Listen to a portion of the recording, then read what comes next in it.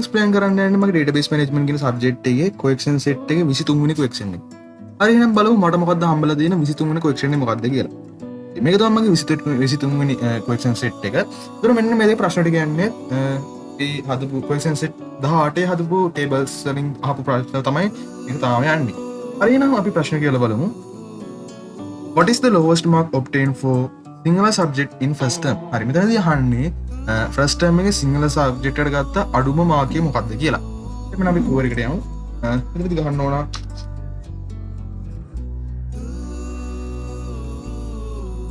select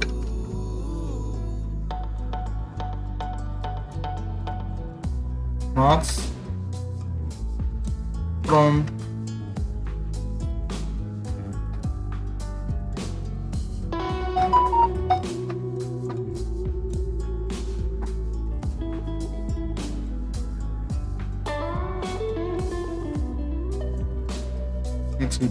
හරි අපිට මේ විදිහට අඩුම මාර්ක් එක 75 විදිහට එනවා.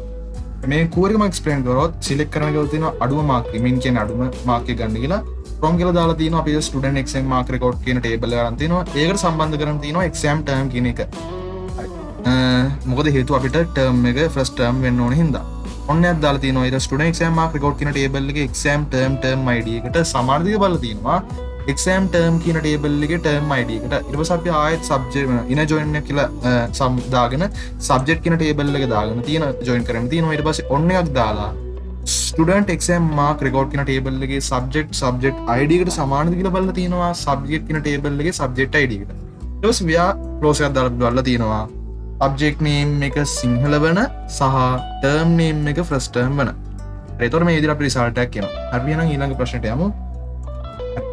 Find all the details of the students who got the lowest mark in first term Sinhala subject. හරි අර ප්‍රශ්නේම අපිට කලින් ප්‍රශ්න කියලා තියෙන්නේ අඩුම මාර්කය මොකද්ද? මෙතනදී අහලා තියෙන්නේ ඒ මාර්ක් එක ගත්ත කෙනාගේ ස්ටුඩන්ට් ගේ නම මොකද්ද කියලා තමයි අහලා තියෙන්නේ. හරි අපි එහෙනම් ඒක කරමු. ඒක ගන්න බලන්න select